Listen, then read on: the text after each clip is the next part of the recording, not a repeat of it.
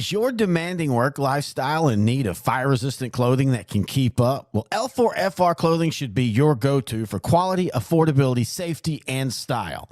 L4FR was founded by a third-generation oil field worker who is also a veteran. Thus, this company has a deep appreciation for reliability and longevity, all while we provide first-rate customer service. Our durable apparel will serve you well for many years to come, whether you're working on a pipeline, a lineman climbing utility poles, or in any other environment requiring fire-resistant apparel. L4FR has you covered. Our apparel is tough enough to resist hazardous conditions while still providing high comfort and style. L4FR provides clothing options to ensure your safety and comfort, whether you're on the job or not. To view our complete inventory of flame-resistant garments, please visit our online store at l4frclothing.com or give us a call at 817-757-4935. Si habla español. Struggling with mobility, chronic pain, work, or sports injury?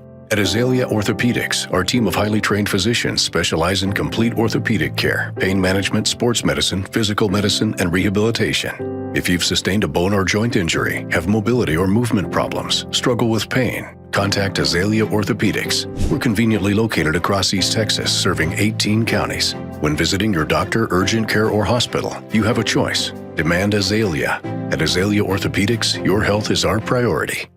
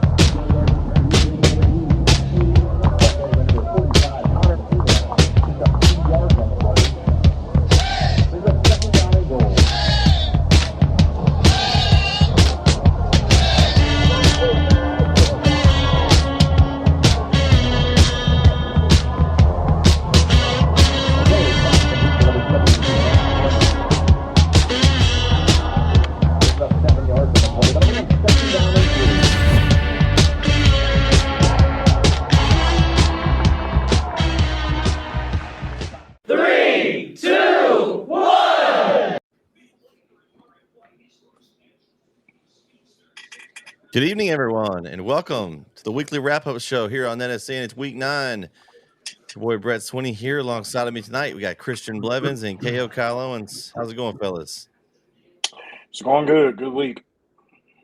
Yeah, doing good. Finally got back up behind the mic last night for a volleyball game. It was fun to be a part of. I've seen you recently, and it wasn't on the screen. I know. No, it was a fun time last night. A good volleyball match, and so I enjoyed that. But happy to be here tonight too. We got some good games to talk about. We do. Speaking of talking about some games, let's talk about the pick'ems as we start here. We had 2 perfect 10 weeks, guys. A familiar name, Jeremy Hubbard. I don't know if you've heard of that name before. Oh boy. 10 of 10, and Coach Tony Riley. So 2 coaches with 10 out of 10 this week. That's not bad. That's good.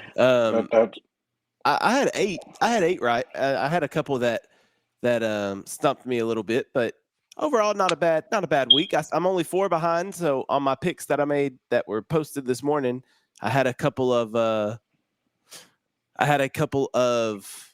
upset picks. So we'll see how I do this week, but I'm excited about it.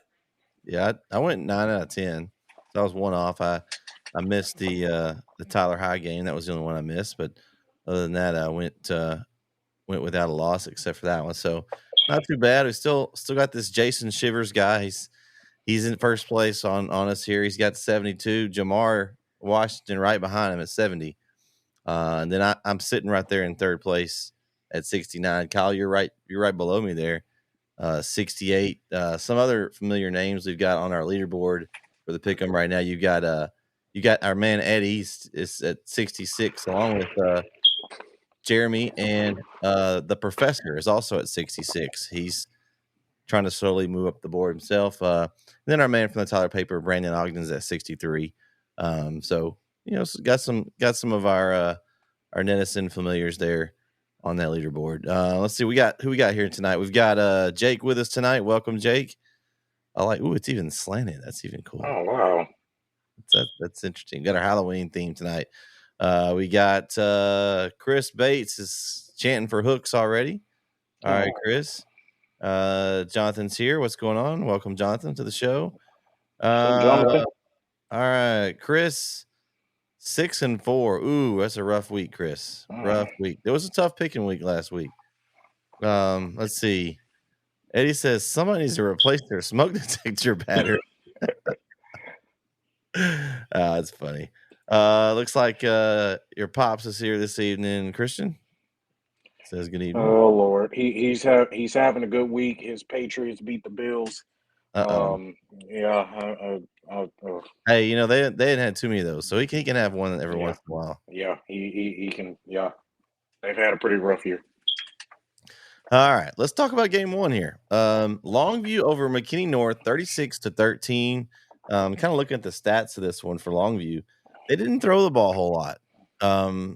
Looks like they threw the ball a total of 8 times, only completed 3 passes for 69 yards.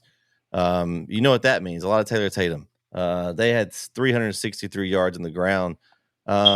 Anybody surprised? But I've thought Longview would handle this one pretty simple. I mean, it's this Longview. I mean, I'm not totally surprised. I kind of figured that they were pretty much in a position to win that game. The only way that they probably wouldn't win it is if they were, I guess, compromised in some kind of way or whatever. But I mean, I'm not shocked that they didn't throw the ball either. They ran the ball like they were supposed to. Taylor Tatum does what Taylor Tatum does, proving that he's the best running back in the state.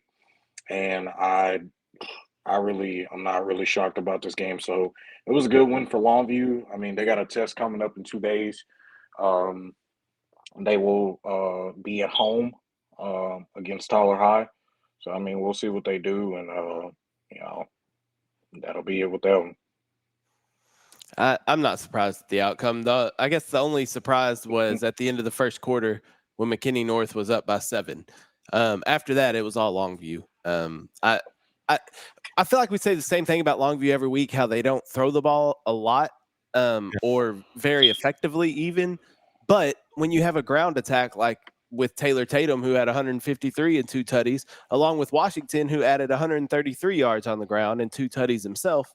I mean, when you have a dynamic running game like that and you can go for 363 on the ground, that's a powerful weapon. And if you can run the ball and play good defense, that'll take you a long way in the playoffs. So Longview, I'm not surprised by the outcome. It was the 2 top teams in this district, we think. So it was kind of I thought it'd be maybe a little closer, but glad the Lobos got the victory. Yeah, you look at on the year too, Kyle. Eventually they're going to have to throw the ball at some point. You would think someone's going to at some point. Oh yeah, they've only completed 40 passes on the year, 40 of 80 for 953 yards, which isn't terrible, but I mean they're throwing the ball. Their yardage is less than half. It's about a third of what their total yards is. So yeah, but I mean, right? I mean, listen, they run pretty much with Taylor Tatum most of the time. I mean, they run wildcat formation. They shoot. Sometimes they even put him at quarterback. I mean, that's one thing I saw when they played McKinney. When they played McKinney, I saw him at quarterback at some points because their quarterback, I don't know what year he's in, but he right now they're not worried about throwing the ball. But I will agree with you, Brett. I think at some point they are going to have to throw the ball because, I mean, you look at who's in the playoffs this year. What if they run into Alito again? I mean, they're really going to throw the ball. So, and I think Mansfield Timberview too. So yeah, they're really going to throw the ball in the playoffs. I mean, we say that, but we see teams like Franklin that run the ball all the time that win state championships. There's plenty of run-dominated teams that can win state championships. So I don't think I think you need to have Tut has the ability to throw the ball. Like he can throw a good ball. When I was at the Lufkin game, he hit a couple of good long passes. So he has the ability to do it. What Longview's blessed with is a dominant run game and a great offensive line where they don't have to throw the ball. So I think if they could continue to do that, they may not have to rely on it. You still have to hit a couple of passes to keep the defense honest, of course, but I mean, you can win just running the ball. So I don't think it's too far-fetched. Yeah. CM, what's up? What's happening? We're talking. We're talking Longview, McKinney North. That's what we're talking about.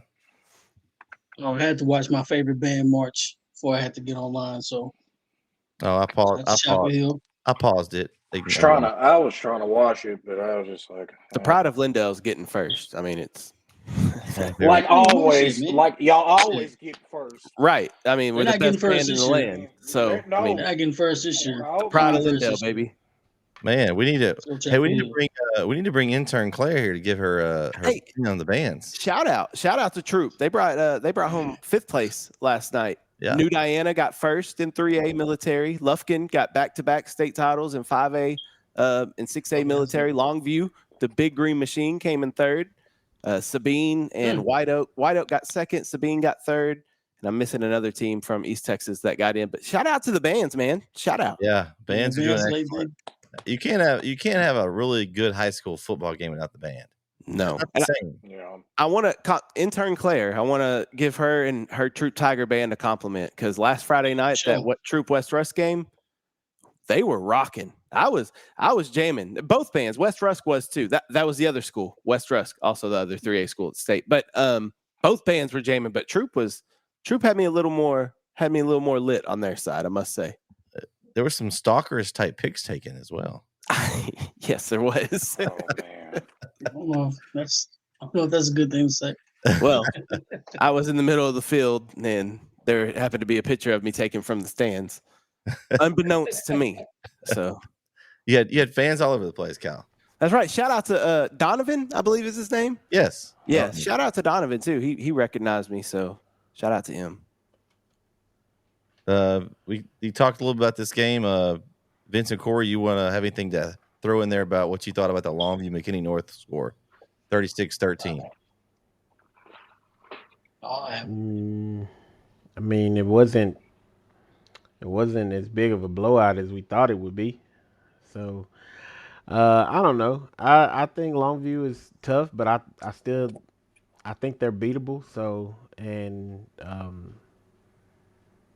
I think, I don't know if anybody in the district is going to beat them, but I don't know if they will make it to state either. I feel like, I don't know. I have no idea really, because by the time playoffs gets here, no telling what'll happen really. But I just feel like people like them, just the way they look right now this year, they look like somebody could get the best of them.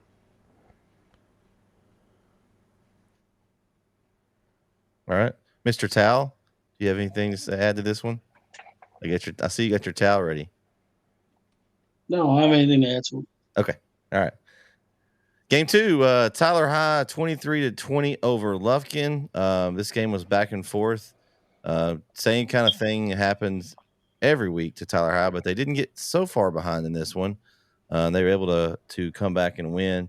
This was the only game I missed, but it was a good matchup. I think it could have gone either way, and I said that. I think if Tyler High plays well, they have a chance to win. I thought it was an evenly matched game. I think they're pretty even right now as far as where their programs stand.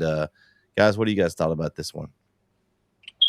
Well, I'm going to be honest with you. The game changed when Caden Granberry hit um, Derek McFall for a 70-yard touchdown. Um, I mean, I just felt like after that, Lufkin's defense just they just absolutely gave up. I mean, you saw what happened, with Tyler's defense. Their defense made some really really big plays when they needed to, and they made the important stops. Now, I wasn't shocked by the score. I thought it would have been something like 26-20. Um, but I'm not entirely shocked by 23-20. So, I mean, it was a good game. Um, we saw what Tyler High can do. Now, the question is, can they do that going into this week's game against Longview? We've already said our big predictions early this morning about it. So, I I don't know how they're going to look. I said it was going to be close. I said Longview was still going to win, but it would be close. But right now, just showing from that game against Lufkin, they look pretty good defensively. They just have to stop Taylor Tatum. That'll probably be my only concern.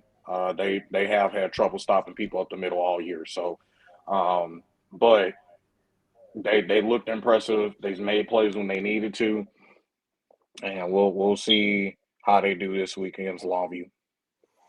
Yeah, this Lufkin Tyler game was everything we thought it would be, as close as we thought it would be. I mean, these teams both evenly matched, and Tyler got the best of them this past Friday night. I just think Tyler, they did it again with a balanced attack, 189 yards through the air and 172 on the ground.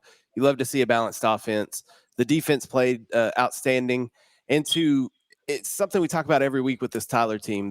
They showed that grit, that never give up mentality, where they had to fight back again from behind, but they've been doing that all season. They're kind of used to it by now. So just love to see the grit that Tyler's playing with, and it'll get them more wins. Look, Tyler's got 6 wins this year. I mean, who thought coming into the year that was going to be the outcome, that you'd be sitting at 6 wins with a chance at the playoffs this late in the season? I don't think, if you ask a lot of Tyler residents that, I don't think a lot of people, they would have been happy with, 3-4 wins this season, and here they are sitting at 6. Yeah, exactly. Oh, Eddie, we're starting off on a good streak right now with me and Eddie already agreeing this early in the show. That's good.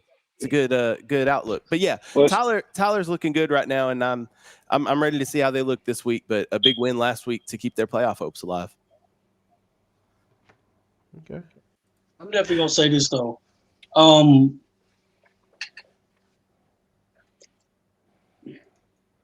course, I did pick Tyler to win. And I've said it before numerous times. Tyler's gonna beat either Longview or they're gonna beat Forney. Now, probability is they beat Forney because Longview is tough. But then again, the pressure's on Longview. It's not on Tyler. It's on Longview. Listen. We've already seen what pressure can do to people. You know what I'm saying? You can have a bad game against a decent football team, and whoop-de-doo. You know what I'm saying? That goes a perfect season. But Eddie, I don't look at computers. I don't do all the kind of stuff. I read the room. I read the room and I check the temperature outside. That's what I do. And the temperature right now, it screams upset. Is it probable? Possibly not. But you know what? Anything can happen. At this point in time, if you're Longview, you want to play a great game. That's all I'm saying. You don't want to go out there and give Tyler any room to win the game. But shout out to Tyler, 6-2 on the year. If they lose the last 2 games, it's still 6-4, still a winning record. But get in the playoffs. That's what you want to do. You want to get in the playoffs. Yeah. I don't know. I feel like they having a chance. I don't know. It's like every time I get ready to say this, I'm like, it's Longview we talking about, and I always tell myself to be quiet. Okay. But I do feel like they have a chance to beat them. I was at the game last year. I mentioned that and how I felt like the game could have easily been the other way in the first half because of the multiple red zone appearances Tyler High had in the first half that ended up with 0.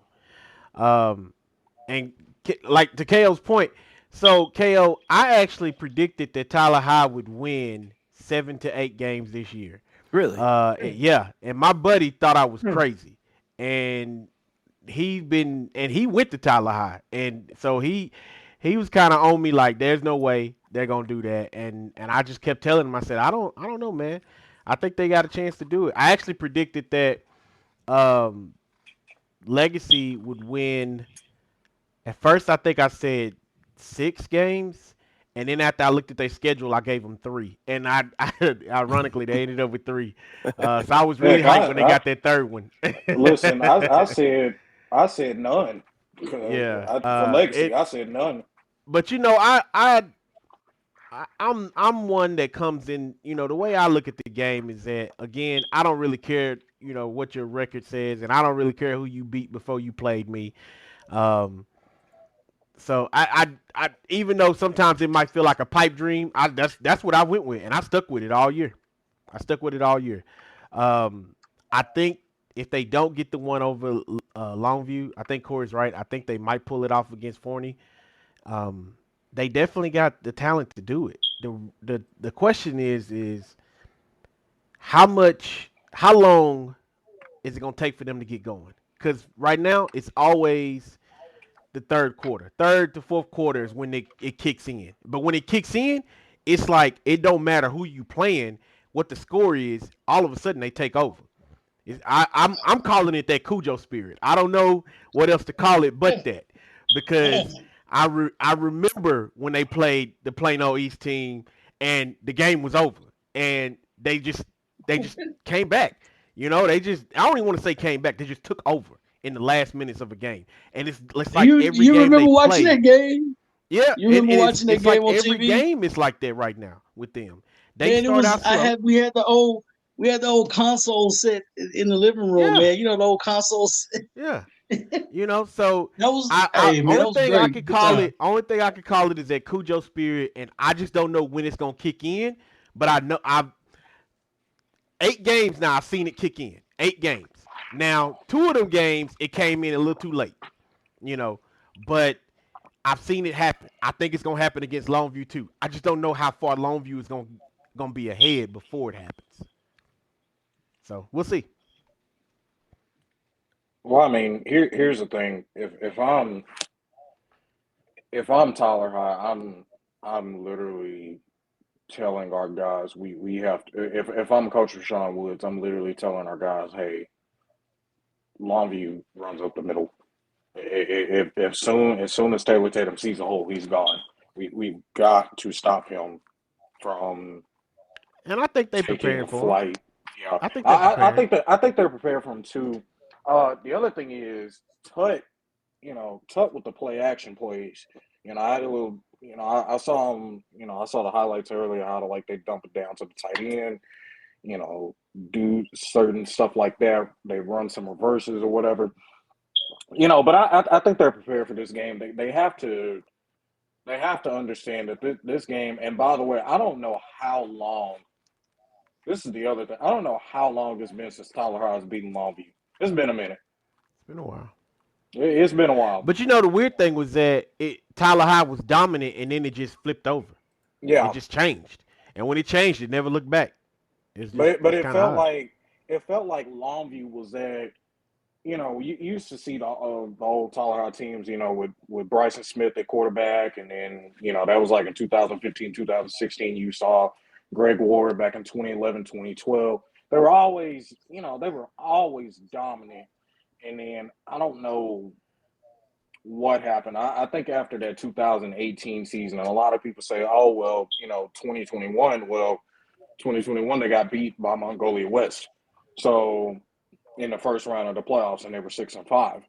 That's not dominant. What they did in 2018 and back in the past, that was dominant. But Longview would always be that team to give them that one loss.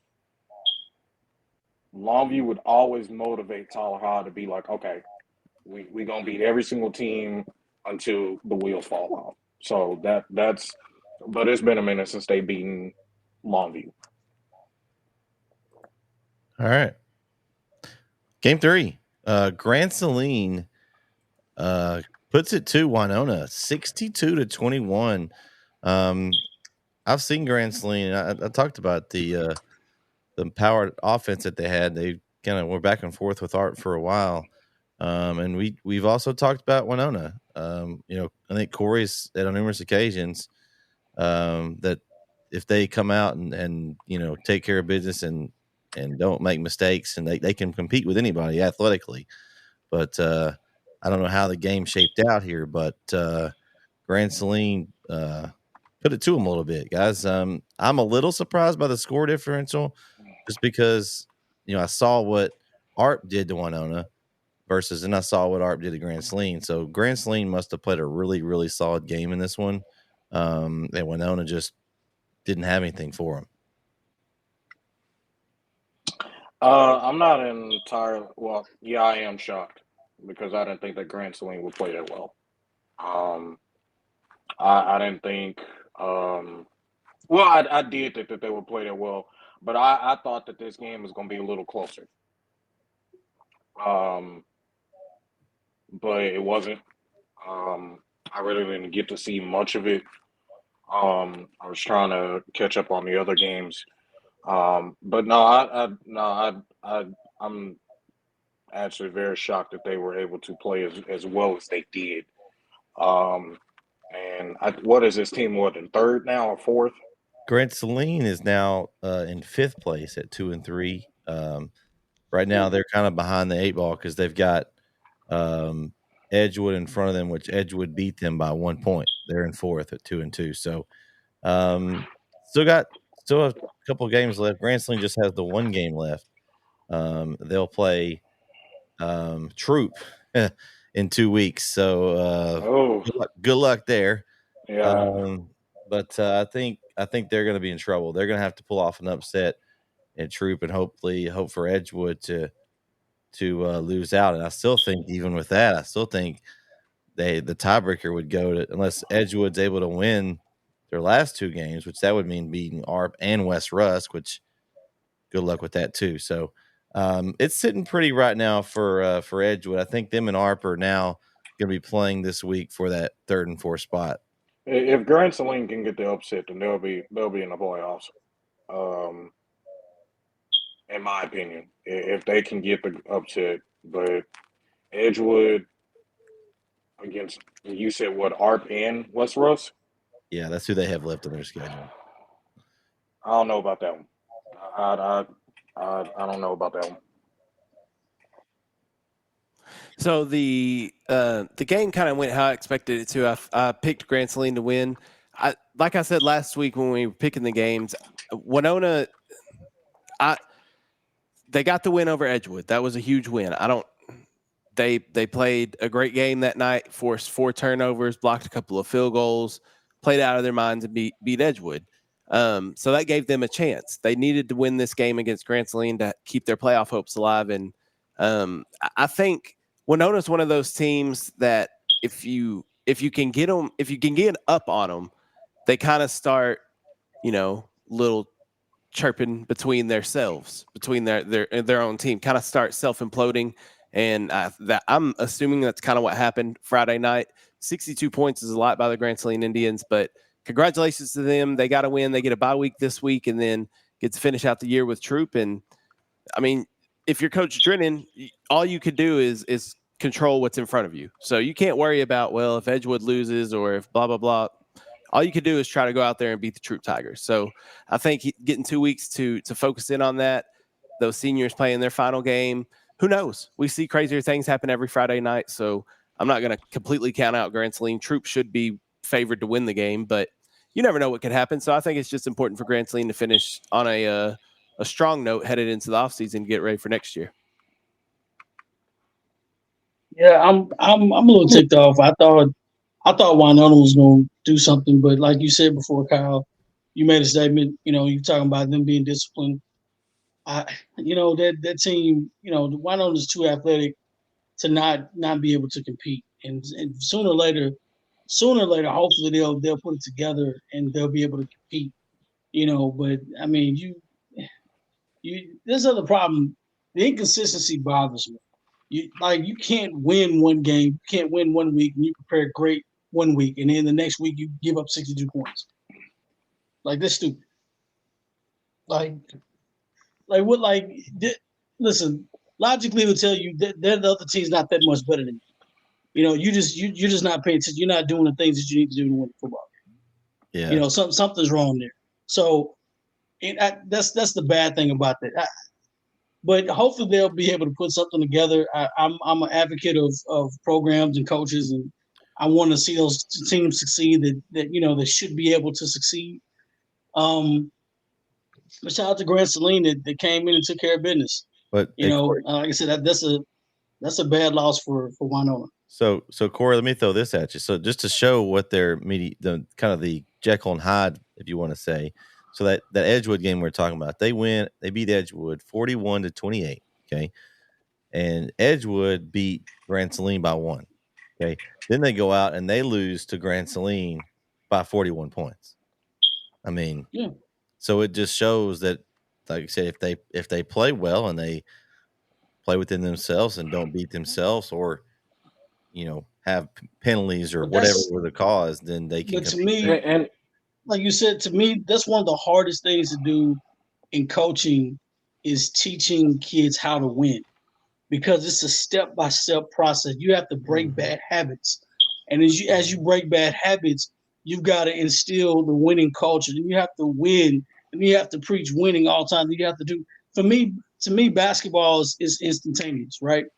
A lot of times you win like, hey, I'm gonna teach winning plays. Like you take charges, you cut off the lane, you rebound the back. Like that's stuff you have to build on. Football, it's a week-to-week process, and you only get results on Friday. You know what I'm saying? Like you can practice great all week, and then boom on Friday, one thing can screw up everything. It takes one bad play, then it snowballs. And then all of a sudden, we can't do this, we can't do that. It's tough. I give it to them. It's tough, but eventually, if you can win over a program, if you can have the kids buy in, same thing we talked about with Tyler. If they can buy in, I think those kids have bought in. If you can win them with the buy-in, the teaching them how to win is not as difficult as it seems. Because if they believe in you, they'll believe in the process. I agree with that. I agree. All right. Game 4. White House over Mount Pleasant, 42-14. I think White House probably heard us saying, well, is Mount Pleasant number 2 or are we number 2?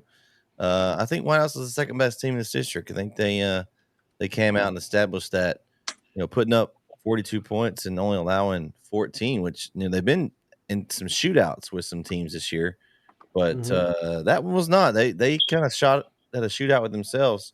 A great defensive performance there. Of course, we talked about the Mount Pleasant offense. The game needed to be low scoring for them to have a chance because they really hadn't put up a lot of points. And so you look at where they're sitting now. We got the game this week we talked about on the Beast from the East show this morning. White House, Texas High for the district championship looks like. Just kind of looking now, what we've got is we've got a 3-way tie for third with Pine Tree, Marshall, and Mount Pleasant now. So this is kind of got everything up in the air. We're going to have some games at the end of the season here that are going to be big factors in this. The Longview Pine Tree. Consistent. What's that? Who's the most consistent? I don't know that anybody in this district's been consistent, Corey. Could they win 2 games if they could win 2 games in a row, this wouldn't be a problem. Yeah. I mean, you got Marshall, who's lost in District 2, Mount Pleasant and Texas High. They still have White House left and Nacogdoches. You've got Pine Tree, who has lost to Marshall and White House. They still have Texas High. And you got Mount Pleasant, who actually has the advantage technically because their schedule's the easiest. Mount Pleasant has Pine Tree and Hallsville left. So, but that Pine Tree Mount Pleasant game is a big one there, especially for Pine. Pine Tree if Pine Tree gets in the playoffs, oh my goodness. Well, I'm gonna hear that. I'm gonna hear that for a while. That ain't happening. You on the safe side. Then they can't pull together enough wins. They're not consistent enough. So here's Marshall lost to Pine Tree. So Pine Tree beat them. So they're tiebreaker between those two. So right now, I think Marshall's at a disadvantage. Just the way what Pine Tree have to play now. They still got to play Texas High, right? They do. Pine Tree has to play Texas High. They also play Mount Pleasant. So Pine Tree, if they can beat Mount Pleasant, they've otherwise we might have a 3-way tie with some coin flips, and I'm sure we'll have a little bit better idea how that's going to play out. We all agree they can beat Mount Pleasant. Will they beat Mount Pleasant is the question. Yeah. I don't agree. They're not a bad football team. I mean, yes, they can. Absolutely. Any team can beat anybody. So they absolutely can. I just don't think they will. I've got my theory. A theory for this game, okay? Let's see. They lost week 1. They won week 2. They lost week 3. They won week 4. They lost week 5. They won week 6. So they lose the odd weeks. This is the odd 9th game of the season. Of course, I think they're going to break that whenever they play Texas High the last game. But needless to say, this is what we're talking about. The up and down. You can't put a streak together. Corey, you just hit on the nail on the head. They've yet to win 2 games in a row this season. Mm-hmm. I mean, but here's the thing. The reason why I say I'm probably going to eat that because I've been, like I told y'all this morning, I've been hard on Pine Tree for 5-6 years now. I've been pretty much crazy to say that they should be in 4A right now. Right now, Pine Tree should be in 4A, and they should be playing Chapel Hill, Kilgore, Lindale every single year instead of some other team being in that district. Hey, Christian, guess what? If they were in that district, they'd be 2-0. They beat Lindale and Jacksonville. Yeah, they probably would be. I'm just saying they need to. Everybody's beat Jacksonville, though. Right? Well, you're right, Kyle. You're right. Everybody that's played them, you can't beat them if you don't play them. But yeah, basically everyone. Is it possible? Do y'all see Pine Tree going 5-5? I have a question. No. How did Pine Tree become the subject of a White House and Mount Pleasant game? We just started. In the district, district standings, because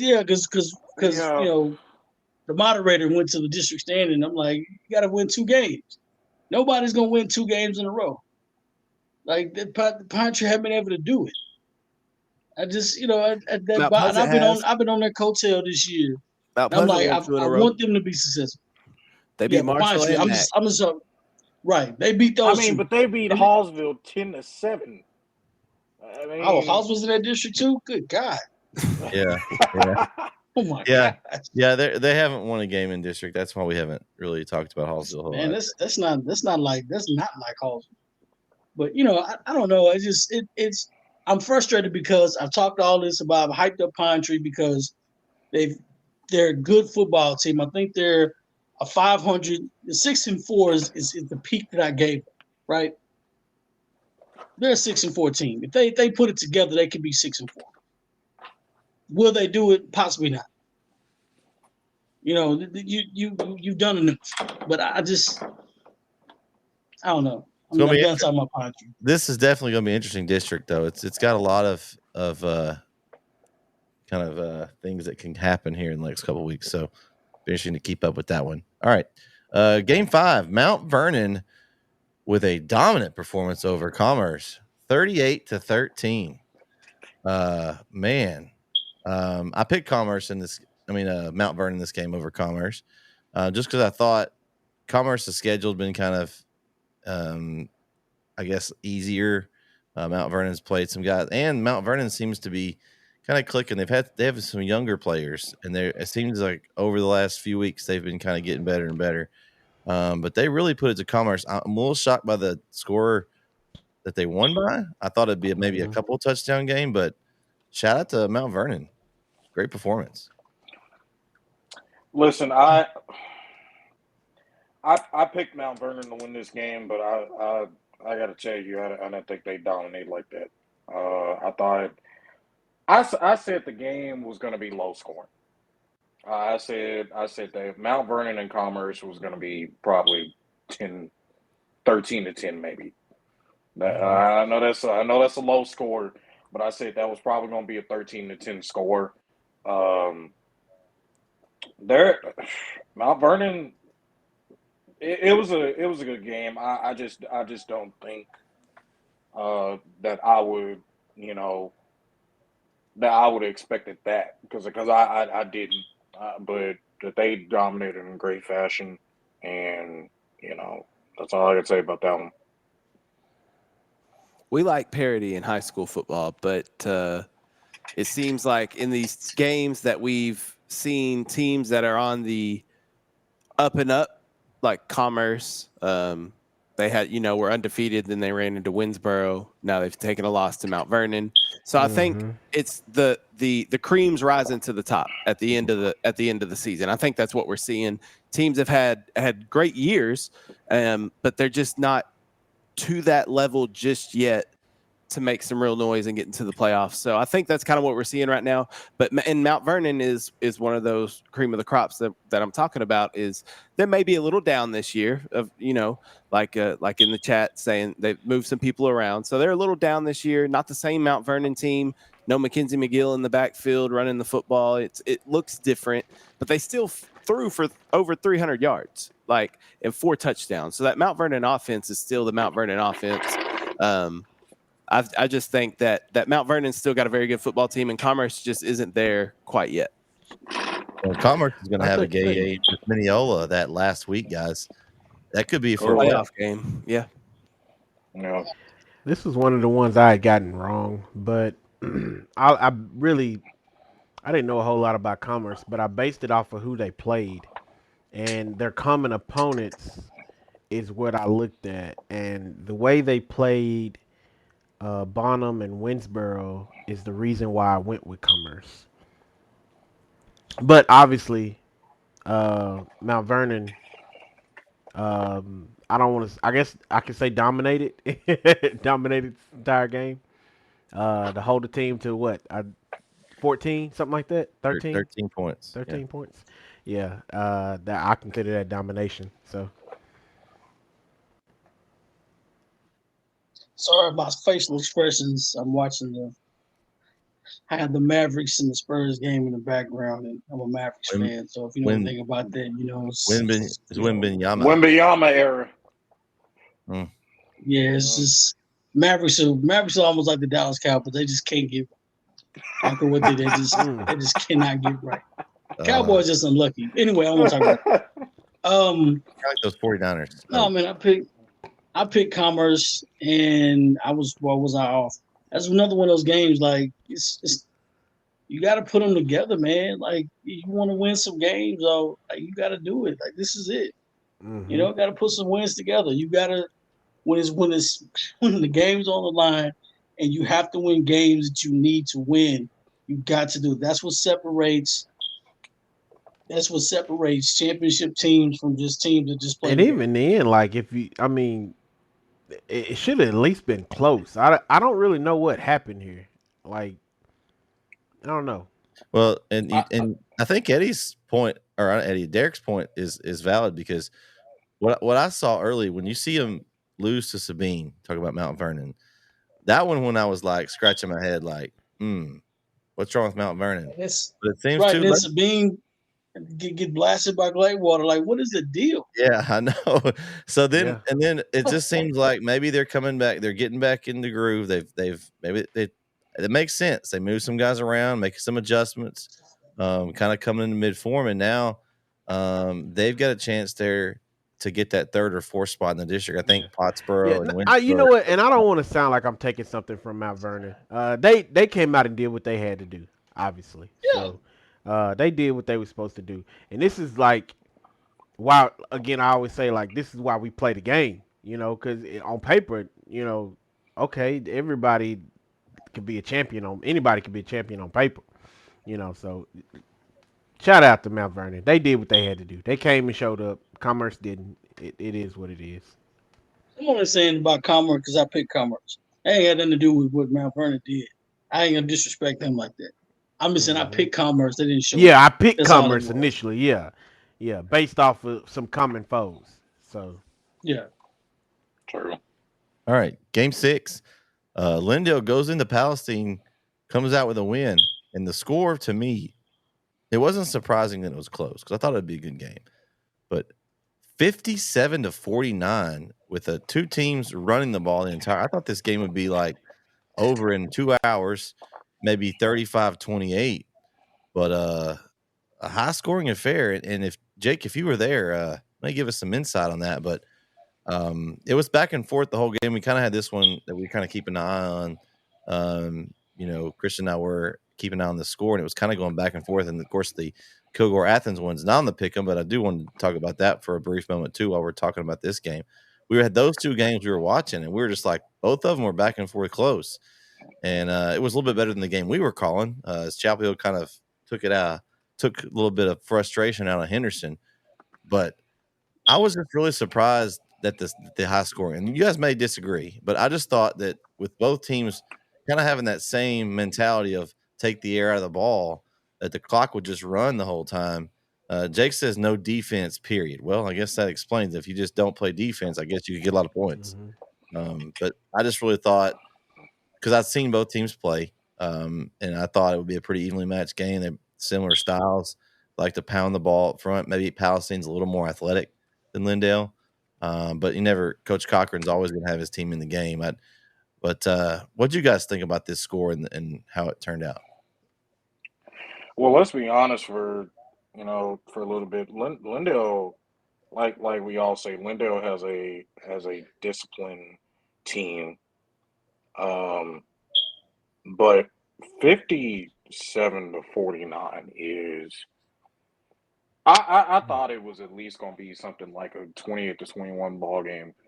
But no, it wasn't that at all. I like we both said, like we all said, Lindale is not that athletic. They are not that athletic compared to Palestine or teams like Kilgore or teams like Chapel Hill, but they find a way to beat these teams because they're disciplined.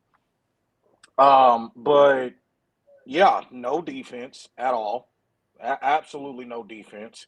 And you look at the game and you're just like, okay, offense, that's great. But defensively, it's just like, we already know Lindale's probably going to make the playoffs. Palestine, we don't know because of what we saw with Athens and Kilgore. We don't know. But no defense in this game. However, then we go to Kilgore and Athens.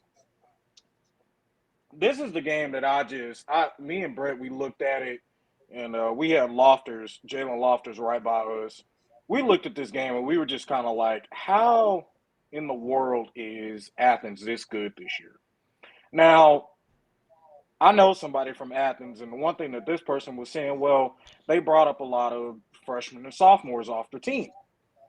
I'm like, well, yeah, but this is Athens that we're talking about.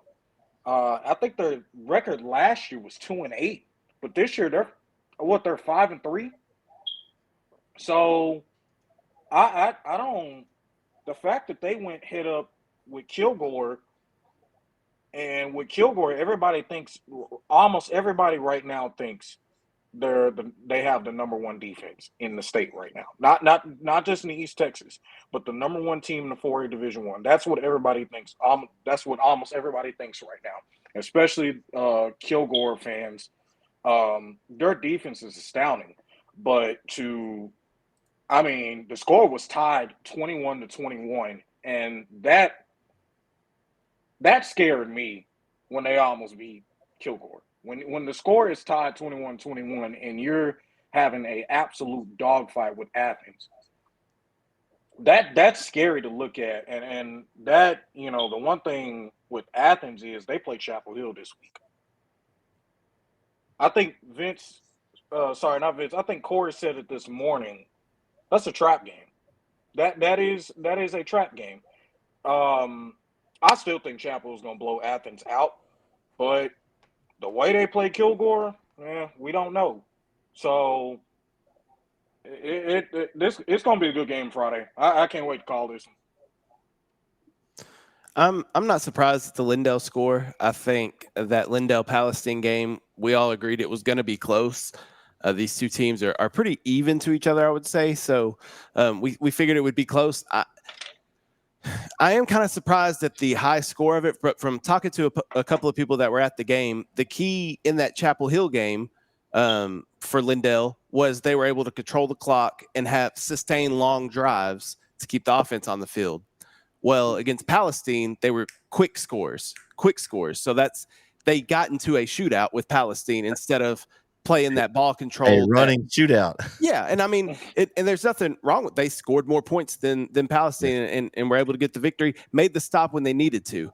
So I think that it's a good win for Lindell. It keeps that momentum growing, and we've seen this Lindell defense, that Athens team that just scored 21 on who y'all say is the best defense, Kilgore. Well, Lindell held Athens to 7. So there's something that Lindell has figured out defensively. It just didn't happen in this game, but that's not to say Lindell's defense is bad, because we've seen Lindell play really good defense. So they just got into a shootout. They were scoring too quick. So here's the thing. I have a question.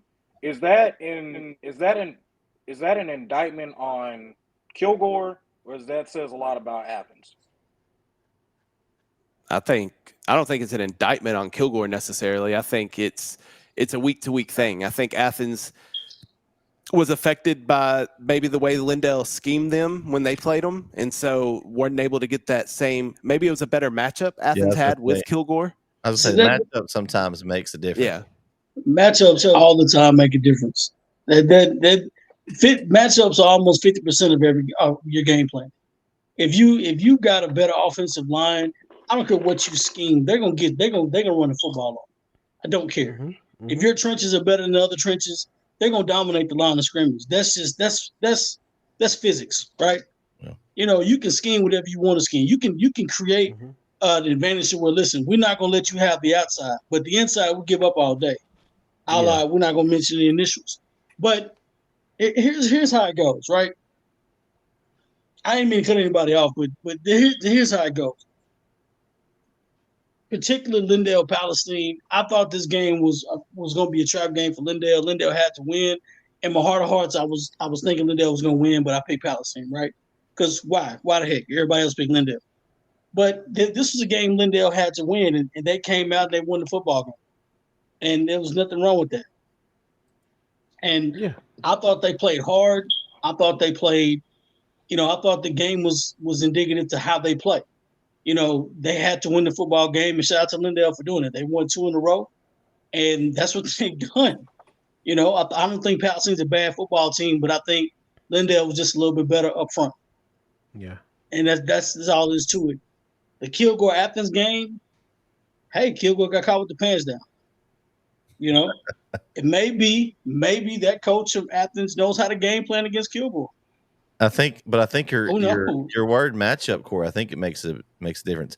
I did the district show today with Terry, for S2S, and we talked about that specifically. That Chapel Hill's the matchup with them versus Lindell and Palestine was a little tougher matchup. But we talked about this week. Athens kind of throws the ball around and plays a little speed up offense. They're not playing the same way, so there's both teams that play a shootout. So his thing is that, Chapel Hill matches up better against a team like that than versus somebody like Palestine and Lindell that gave Chapel Hill trouble trying to take the air out of the ball. So, I mean, matchups can definitely matter when it comes down to these games when they're, teams that one team can beat the other, if your team doesn't show up. Mm-hmm. Moral of the story, matchups matter. They do. Yes. I don't care how good you are. You can get paired up against the wrong team or technically the right team and have a bad night. But I will answer this question. Who does Lindell have coming up? Jacksonville?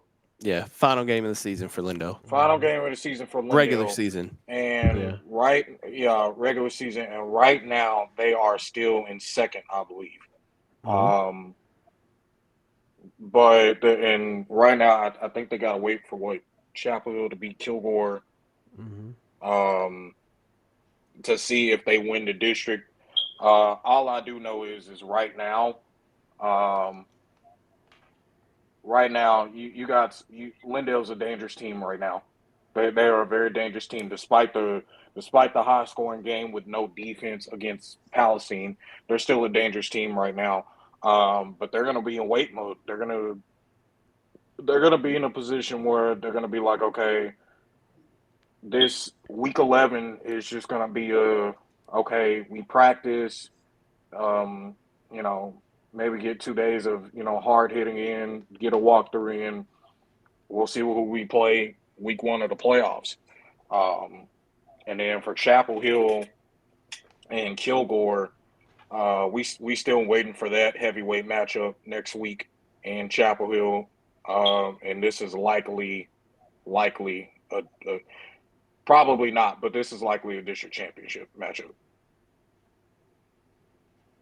All right, game 7. Carthage 65, Center 20. Man, dude.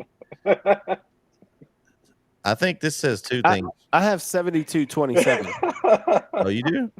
I have 65-20. Either way, 72. It was 72 to 27. 72 something. Yeah, 72 to something. Oh, okay. Well, I just had the wrong score, I guess. Anyway, a lot of points to a little points. And so, oh, man, I think it says two things, honestly. I think it says that Carthage's defense can play defense pretty well because, Center's put up a lot of points this year, holding them at 20 points. The game started out, we were kind of keeping up with this one, and it was back and forth there for a few possessions. And then once Carthage opened it up, they just took control and put it to Center, and it's shaping up to be looks like Center is going to probably fall in that third spot after losing to Carthage and Van. And I know we're not in playoff mode yet, but it's looking like a juicy first round matchup between Center and Gilmer. Ooh. That's going to be a good game. What do you guys think about that? Well, for one, that game is probably going to be no defense, so it's probably going to be a high scoring game. But listen, I already knew this was coming. I just didn't think that Carthage. I said the score would probably be 48 to maybe 31 or something like that. Maybe Center. They get a couple of licks in on Carthage, and then Carthage pulls away. No, these dudes were when they were up 23-13. They didn't let the lead go no more. They absolutely. I saw Jet Surratt take the top off Center's defense 3 times in that game for long touchdowns. So, I mean, you're looking at this, and you're saying about Center, which I forgot who they played. Who did they play next? Bullard. Okay, so they played Bullard. Yeah, so they played Bullard. All right, they're gonna win that game. I think that game is gonna be maybe a little close to the beginning, and then Center's probably gonna pull away. But then, when you look at Carthage, they are who they are. I said at the beginning of the year before I joined you guys on the show, I said the only team that could probably beat Carthage was Pleasant Grove, and I stand by that statement. Now, Glen Rose. You guys think, and Glen Rose. That's because Glen Rose gave Carthage a fight last year. They brought back a lot of people, but no, I think that now you guys say that Van is going to be Carthage this week, and this is likely the district championship matchup, and I know Van has a good defense. Well, guess what, guys? I'm here to tell you right now. I thought the same thing a couple of years ago when Carthage had a big district matchup. I forgot who they were playing, but they had a big district championship matchup against somebody. This is when they were still in 4 Division 1. I think it was Kilgore. But I thought the same thing, and Carthage ended up blowing Kilgore out of the water. So I don't. It's not shocking to me about what happened. Jet Surratt has gotten a lot better. The running backs and KJ Edwards and Kadarius Matlock have been astounding. And I told you those big receivers out there that they have, they're pretty good. Their offensive line, for some odd reason, I don't know where Scott Surratt gets these offensive linemen from, but Carthage's offensive line remains the same, and their defense is pretty good too. So we're gonna see what happens in this game. I still think Carthage is gonna give Van a whooping, and we're gonna see what happens. The disrespect, Christian. All right. I'm just saying. So Go ahead. So here we go. Carthage beat Center 70 points. Not surprised.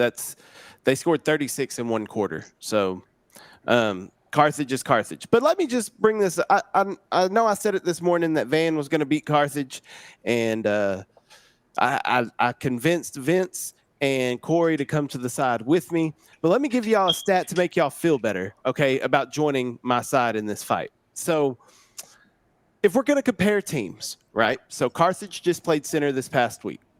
So Center, in Monty Cross, the quarterback, passed for 99 yards. They had 99 yards through the air, did Center 204 yards rushing. So quick math, let's see, it's about 303 yards of total offense, right? Let's go back to the Center Van game. Van allowed 108 yards passing, 37 yards rushing. Quick math tells me that's 145 yards of total offense. So, yes, we talk about Carthage's defense, how their defense is so stout, but there's a team that we can compare that they played in back-to-back weeks. We all agree Center's got an explosive offense, and they do. They have fantastic athletes all over the field. Van held them to under 200 yards of offense. Without a quarterback, they ran the ball the entire game, ran for over 500 yards. Now, Carthage threw for over 400 yards, did it differently. All I'm saying is, before everybody just wants to count Van out, statistically speaking, Van is playing better defense right now than Carthage. So that's why I'm picking Van. And that's okay, Eddie. Not a lot of people do agree with me, but I'm fine with picking Van. I'm gonna be honest with you. I think Van is playing good football. I think Center was playing good football, and then they ran into Van, and now Carthage. I thought Carthage had the tools. I'm sorry, Center had the tools to beat Carthage this year because, number one, we all agreed that, if there was ever a time to get Carthage, it would be right now. Maybe if Center had played them week 1 instead of Kilgore, maybe. And looking at Center, watching how they play offensively, and the quick scores, I just thought that what would happen is they would put Carthage on the ropes, and Carthage would stay there all night trying to catch up. But number one, I did not account for how bad the defense of Center really is. I gotta say it that way because, like you said, against Van, they had a backup quarterback and they ran all night, and they got what they wanted. They got everything they wanted, and they did it running. And then Carthage turns around and they basically get what they want passing. So you can't defend the run or the pass is what it's showing right now, or at least in district. They have your number. I still think Center is a good team, and I still believe somebody could take out Carthage. I just thought that Center had enough to do it, and my God, it did not work out in their favor at all. It wasn't even close. So here's the thing. Here's the thing with Van. I know they're good. Sorry, Corey. I didn't mean to interrupt you. Here's the thing with Carthage. I often wonder the whole year, other than the Kilgore game, because I think PJ Wiley did a good job against Brady Manning. Who's going to stop Brady Manning, by the way? because this guy had 195 yards on center.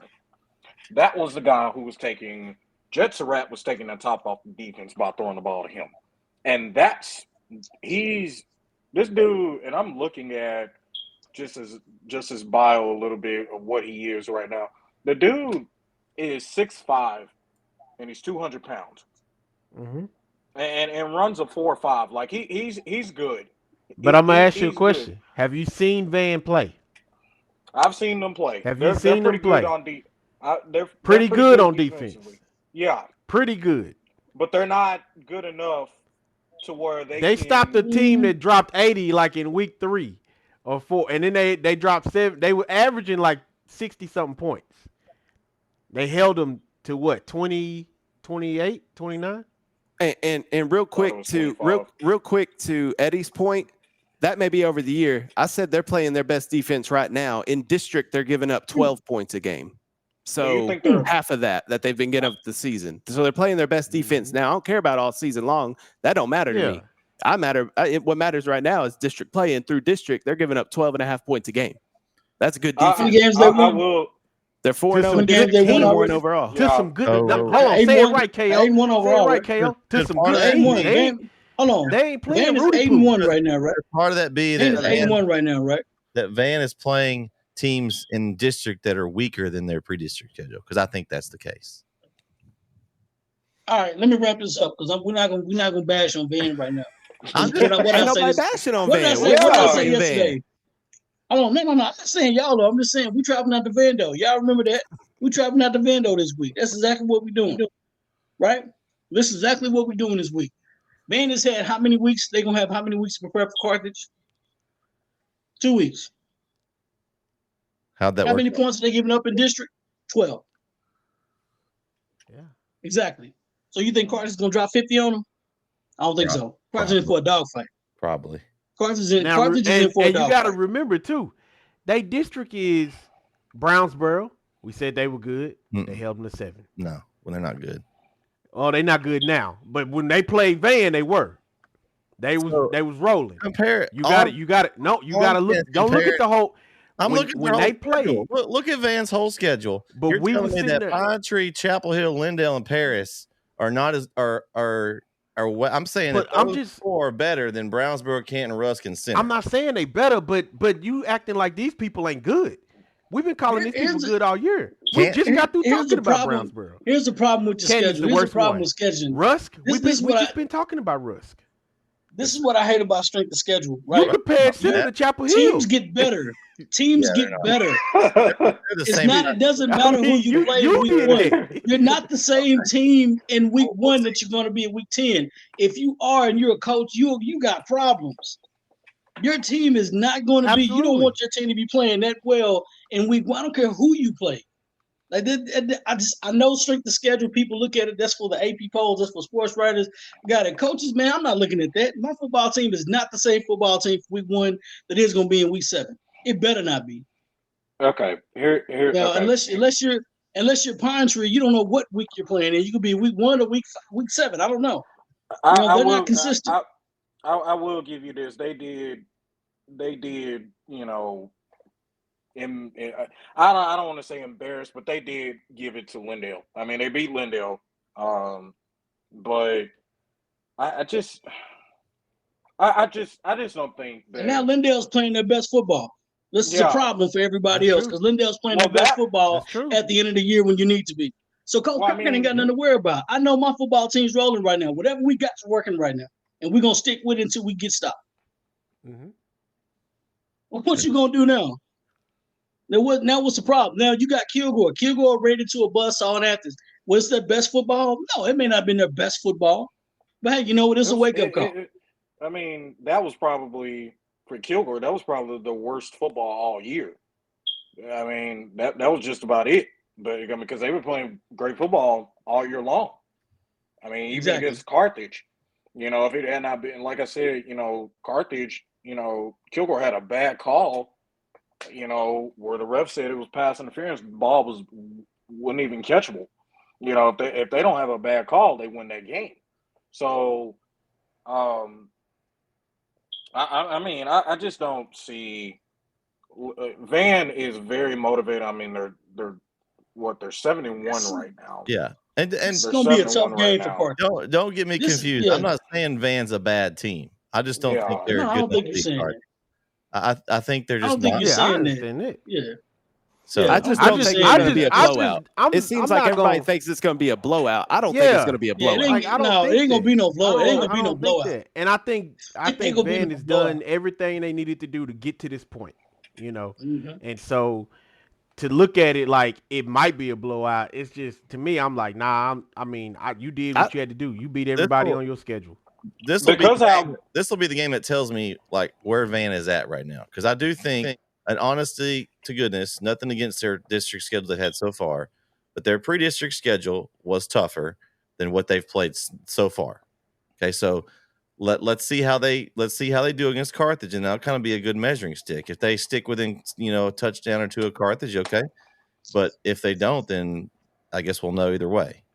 I'll say this game. It'll probably be, in my opinion, it'll probably be 41 to probably, if it is close, it'll probably be 41-28. I'm gonna scroll back up. Aaron Frank been talking cash money noise in chat. I What- wasn't gonna let that. I wasn't gonna let that slide earlier. Eddie, He said thank anybody you. picking against Carthage in district is crazy as hell. I must be the craziest person on earth, because I'm picking Van. I'm crazy as hell tonight. I'm picking Van. We trapping out the Vando. I'm all We right. trapping out I'm the good. Vando. And next week, good. if they lose, if Carthage lose next week, you better be on the show.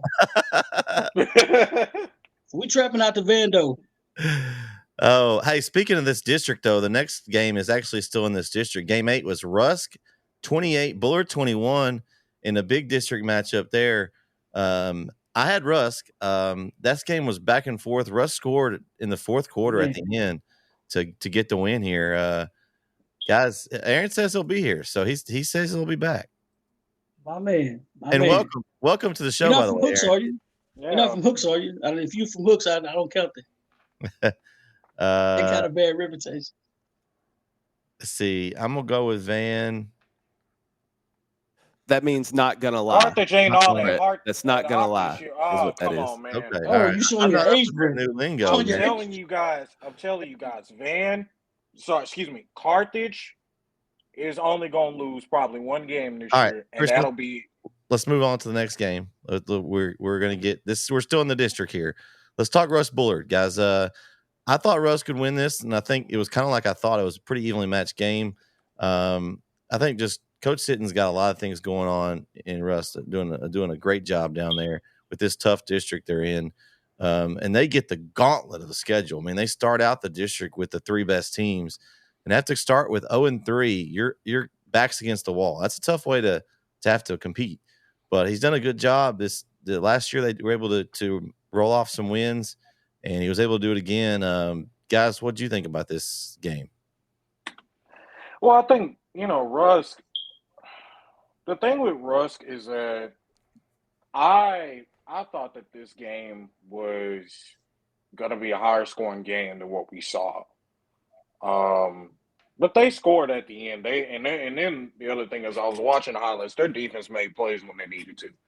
And I think that's been pretty much the whole thing down in Rusk. They have to make plays on defense.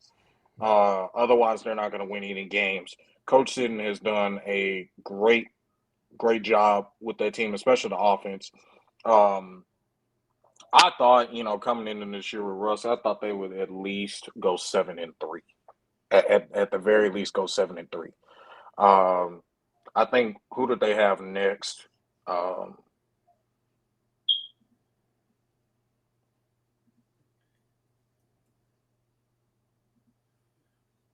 Rusk has Brownsboro this week. Oh boy! Remember we talked? Oh yeah, we did talk about that this morning. That's one of our picking games.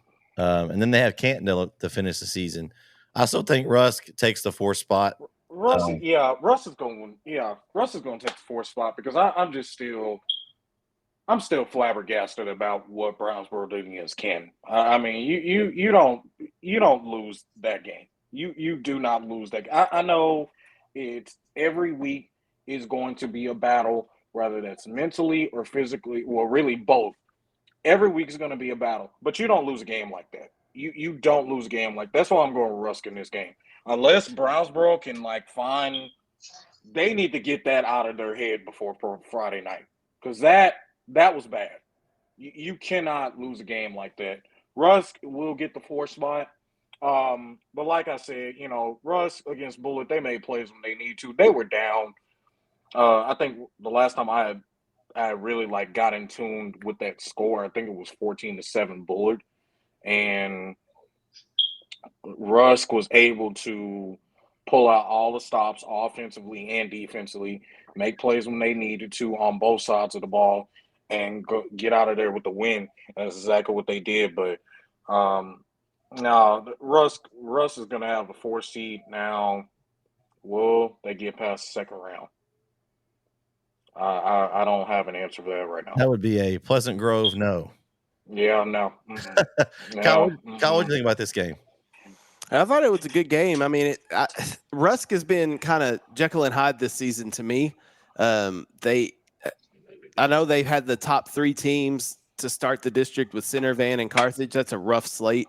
A close one to Bullard, and Bullard's been in these close games too. They barely lost to Brownsboro and barely beat Canton. Now they barely lost to Rusk. So Bullard's right there.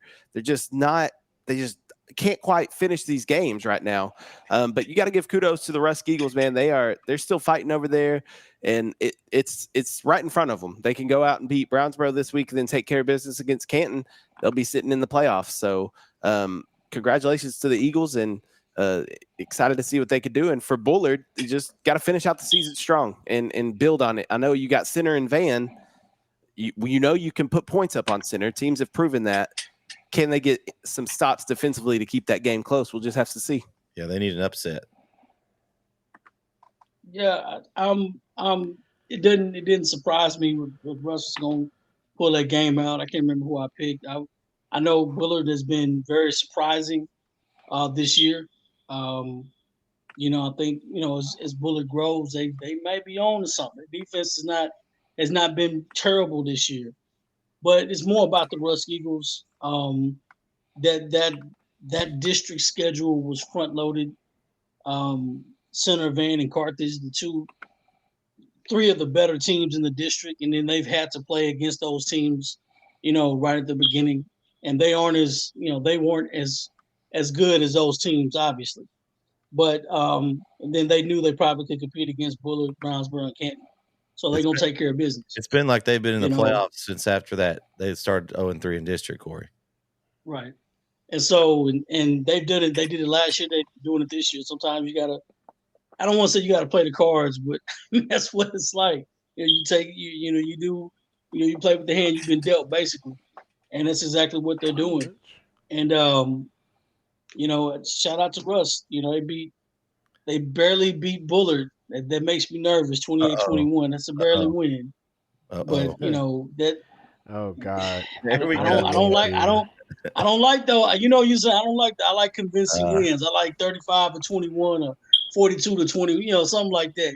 But I know Bullard's a decent football team. You cannot lose against Brownsville.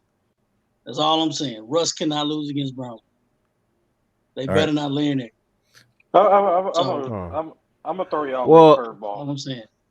I'm gonna throw y'all a little curveball. All right, so with Bullard, right?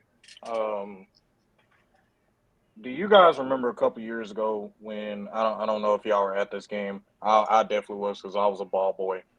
Do you remember a couple years ago when Bullard? I think they had like 5 or 6 wins, and Chapel Hill was fighting to get into the playoffs. This is when Coach Hooker was there. Don't tell me about the walk-off field goal, Christian. Please don't. All right, so you guys remember when Chapel Hill went into Bullard, and Bullard got a big win over Chapel Hill, and I think they had gotten into the playoffs. I don't know if they went that far, but this is what it kind of feels like right now. I'm going to go ahead early and just go ahead and say Bullard over Center for an upset. Wow. Bullard over. Wow. Vince, Bullet over center. yeah, Bullet over center. Vince, what do you think about this Not Russ Fuller inconceivable. game? Bullard is a tough opponent. Obviously, they played Brownsboro close, and then now they played Russ close. Russ, like Corey said, Russ did what they had to do. I mean, they this is what they got to do to get the playoffs. So they gotta pull off one against Brownsboro next. So man, it's weird because I feel like I want to say these teams. I can't even really say truly that these teams are gonna beat up on each other because both of them beat Browns. I mean, both of them beat Bullard. Um, We're gonna have some weird but scenarios next week. I mean, I there's got a gonna be feeling that Brownsboro is Right. gonna pull this next one off. I don't know why, but It's the a way they trap both game. played Bullard, it's weird, man, because it's like I'm I'm looking at it, and Bullard lost to Brownsboro by 6 points, and then lost to Russ by 7. Um, That I means just feel they like were a these player teams two go, away from. Yeah, yeah, and that don't mean that Bullard is bad. They just like you said, Corey. They like a play or two away, honestly, from winning those games. But I don't think Center is gonna lose to uh, Brownsboro at all. Actually, I think Center's gonna probably finish strong. But Brownsboro might come in second. I don't know. I don't know. I have no idea. I have no idea what's gonna happen in that district. It just, I don't know. Russ might blow them out. I have no idea, really. But shout out to Russ for winning that game. They pulled one out, and they needed to, so they did what they had to do. next one's game 9 here. Quick stat here. Coming into this matchup, we had Honey Grove and Cooper. Honey Grove had allowed 3 points all season. 3 points in 6 games. Cooper puts up 34 on them and goes and takes care of them. And then Cooper on the road does that to Honey Grove. I had Cooper winning this one, guys. I just felt like Cooper was still the better team. They played a tougher schedule. You saw how well they played with Hooks earlier this season. Only lost by 7. We all talked about how good Hooks is. I'm not really surprised. I'm honestly, I thought it might be a little lower scoring just because of the Honey Grove defense effect. I thought it might be maybe 21-7 or something closer or to a lower score. But I'm not surprised that Cooper took care of business and pretty much wraps up that district. They're now at 4-0, looking for that top spot in District 9 there. What do you guys think about this score? I'm not. I don't even know what to say about this one. I picked Honey Grove to win this one by 10 points. That's basically what I'm not even.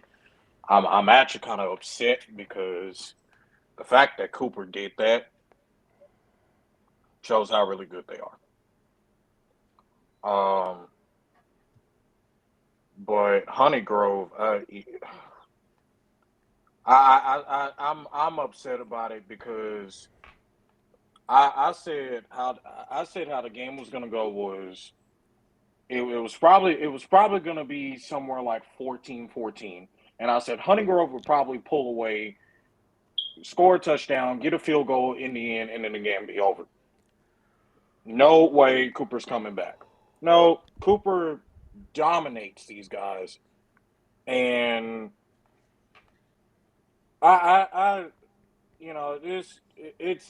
it's annoying to hear that, to be honest, because I thought that Honey Grove was gonna be able to at least win this game by 10 points, and they Well, didn't. the thing is, Honey Grove really the schedule they had, and they did what they could with the schedule they had, but the teams they played, I don't think any of them were nowhere near what Cooper is. And Cooper had a few tougher opponents, which I picked Cooper in this too. So I went with Cooper for that reason. Because I just didn't know what Honey Grove would do when they faced with. You saw Cooper last year as well, Vince, didn't you? Yeah, I did. Yeah, and I loved him. I loved him. And they played. I'm waiting. I was waiting to say something bad. Huh? Oh, I got good authority. That was so no, funny. I said that one time. That was a year ago. I know, but that was different. I think it was on a couple of I mean, shows. He was like, I got good authority. I said that was a long time ago. It was 2 or 3 weeks. Man, that was funny. You finally gave up on your Athens inside. Yeah, and then look at Athens now. They popped up. Hey, you were a year early. It took me a while. It took them a while. I'm sorry. But yeah, man, I like Cooper, and like I said, I didn't know what Honey Grove was gonna do when facing a tough opponent. So I had to go with Cooper in this. It's gonna be a tough little region here. You got Timpson and Beckville and Cooper and Honey Grove and Garrison, and this is a killer district for this area. Kyle, what do you think about this score? I picked Honey Grove because I was going off the defense. But like I said earlier, I think the cream's rising to the top, and Cooper is still Cooper, and they did what Cooper does. So I think they'll when they meet that Cooper Beckville game is going to be a good one in the playoffs. They both got to get there to meet each other, obviously, but I think that'll be a good one. And yeah, so Honey Grove, they have had a weaker schedule, so that I knew that points thing was kind of skewed, but I still thought the game would be actually a little closer and that it would be a little low scoring. So kind of surprised about the score, but not surprised that Cooper won. I just saw where Eddie asked. He was saying that I was being quiet. I'm just a little sleepy, Eddie. That's all. I'm just a little tired. I've been up all morning, so yeah. And then I'm looking at stats over here too. I'm tracking all these stats and stuff. So that's why I ain't really said a whole lot. By the way, shout out to the Pride of Lindale marching band for getting another first place in the UIL military marching band. 4 years in a row, baby. The Pride of Lindale. Oh man. Throw yells up, everybody. Throw yells up. Never mind. For winners because we are 4-time state champions. That's Pride of Lindale marching band. And we've had I had something real 49 consecutive ones in UIL competition. Anyway, continue. Sorry. Shout out, Lindale.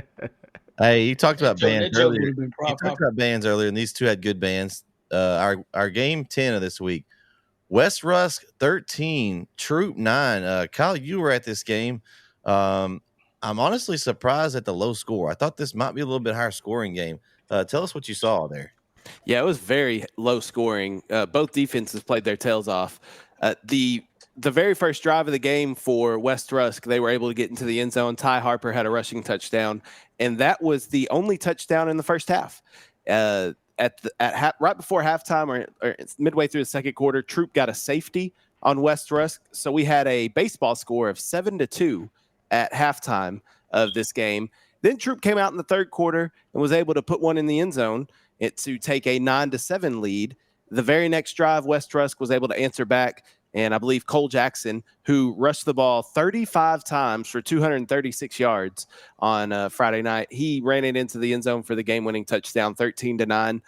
Both defenses, though, were outstanding. Ty Lovelady had an outstanding interception in the back of the end zone.